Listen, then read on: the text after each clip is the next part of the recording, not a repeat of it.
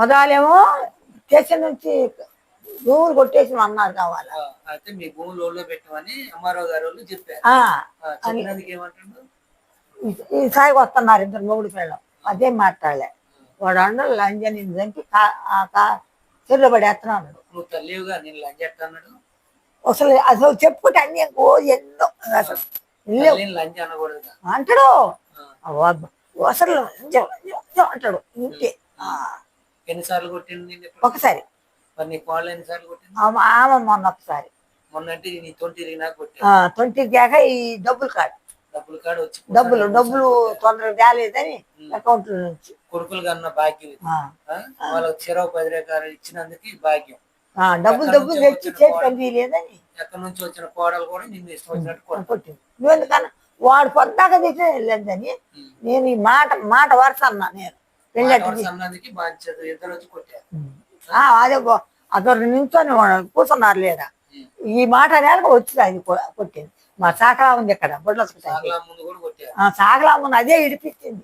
చేతులని పొందటం దానికి బలం లేదుగా రాలేకపోయింది. వీళ్ళిద్దరు కలిసి కొట్టారు. నీ తొంటిరిగి ఉన్నా, నీ కాలిరిగి ఉన్నా, నీ చెయ్యిరిగి ఉన్నా వాడు ఒక దెబ్బ కొట్టింది. తల్లి అయినా కానీ సరే ఒక్క దెబ్బ అయినా కొట్టకూడదు. కొట్టిండు. ఇది తిరిగింది 3 సార్లు 4 సార్లు విసిరేసి ఆడకు పండుకుండగా నేను నడవకుండా పోవాలని ఆ నుంచి చిత్రేయటం మళ్ళీ రావడం మళ్ళీ తెచ్చిపోవటం మళ్ళీ అయ్యే పని. విన్నారు కదా ఏన్కూరు మండల అధికారులారా, ఇటువంటి వృద్ధురాలని ఈ విధంగా ఇబ్బంది పెడుతుంటే పార్లమెంటు అసెంబ్లీ చట్టం చేసినా గానీ మీరు కనీసం ఇటువంటి సమస్యలు పట్టించుకోకపోతే మీరు ఒక తల్లిదండ్రులకి పుట్టిన వ్యక్తులుగా ఆలోచించి ఒక తల్లిని ఈ విధంగా ఇబ్బంది పెట్టవచ్చా అని ప్రతి ఒక్క అధికారి ఆలోచించి ఇటువంటి వృద్ధురాలకి చేతునందించి ఆ కొడుకుల యొక్క వాళ్ళకి కౌన్సిలింగ్ ఇచ్చి వాళ్ళకి తగిన బుద్ధి చెప్పి వాళ్ళకి ఇటువంటి వృద్ధురాలకి న్యాయం చేయాలని నేను మీకు ప్రత్యేకంగా విన్నపం చేస్తున్నాను. కొడితే కోపం మీద దెబ్బ కొడతారండి. నువ్వు అంత ముసలాన్ని నా మగుడు బయటకు వెళ్ళకూడదు. నా పరిస్థితి ఏంటి మరి? ఇప్పుడు నువ్వు కొట్టిన మాట వస్తావేనా? పట్టుకున్నా జుట్టు పట్టిన జుట్టు పట్టుకోలే వస్తానే చెంగు పట్టుకున్నా. 4 ఎకరాలు నాకే రాసి ఇవ్వనండి, నేనే సాక్కుంటా. చెప్పండి. నేను చెప్పిన తర్వాత నువ్వు చెప్పుకో. అయితే 4 ఎకరాలు కూడా నాకే రాసి ఇవ్వను తక్కువగా. నా గదిలో నుంచి ఏసీ పెట్టి సాపుతానండి. నీ దగ్గరకు రావటం నాకు ఇష్టం లేదు అంటాను. నేనైతే రాసినండి. అట్టయితే ఆపరేషన్ అయిపోయింది కానీ ఈ అప్పులన్నీ తీర్చుకుంటా పొలాలు అనుకుంటా వాళ్ళ కింద 4 ఎకరాల పొలం ఉంచారు.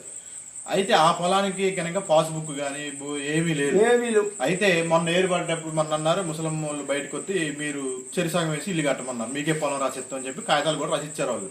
ఏరుపోయేటప్పుడు చెరి 1,25,000 వేసి ఇల్లు కట్టినాం ముసలం వాళ్ళకి.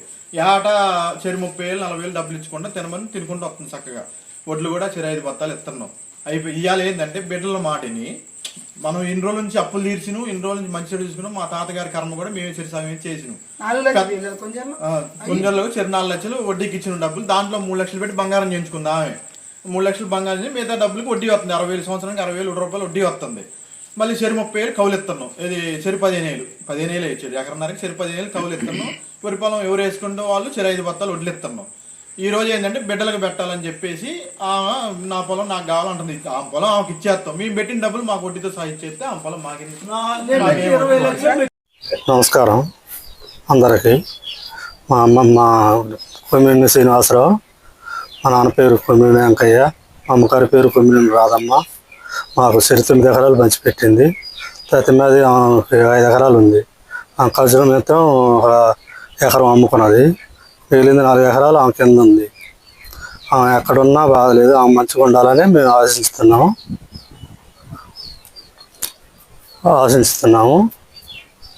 మీ అమ్మగారికి ఎంతమంది పిల్లలు? 2 అన్నదమ్ములు, 3 అక్కలు.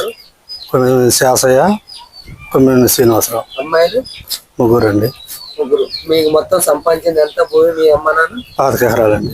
25 ఎకరాలు మీకు పంచిచ్చింది ఎంత? చెరి 9 ఎకరాలు పంచిచ్చింది. 5 ఎకరాలు ఉంచుకుంది. ఇప్పుడు మీ అమ్మగారండి ఆమెకి 4 ఎకరాలు కేటాయించారట మీ నాన్నగారు చనిపోయిన తర్వాత. ఈ 4 ఎకరాలు నా ఇష్టం వచ్చిన కాడ నేను ఇచ్చుకుంటా, నా ఇష్టం వచ్చిన కాడ నేను ఉంటా అంటున్నారు. ఏడన్నా బాధలేదు. అంగీకరిస్తున్నారా? ఏడన్నా బాధలేదండి. ఎవరి దగ్గర ఉన్నా బాధలేదు. మరి మీరు భూమికి ఏమైనా అడ్డం తిరుగుతున్నారా? ఆమె పేరు మీద ఉన్నాడు. మేమేం తిరగట్లేదండి. ఇష్టాచారం దగ్గర ఉంటే వాళ్ళకి. మీ అమ్మగారు మా కొడుకులు నన్ను కొట్టి తిట్టి వేధిస్తున్నారు అంటుంది, మీరేమైనా కొట్టారా మీ అమ్మగారిని కానీ? మేము ఎంతవరకు కొట్టలేదండి. చెయ్యి ఇరిగినా చూసుకున్నాం, కాలు ఇరిగినా చూసుకున్నాం, కళ్ళకి ఆపరేషన్ చేసేలా ఉంచుకున్నాం. మీరే చూసుకున్నారు? మేము చూసినాం. హాస్పిటల్ బిల్లు ఎవరు కట్టారు? కాలు బిల్లు నేనే కట్టాను, తర్వాత ఆమె ఇచ్చింది.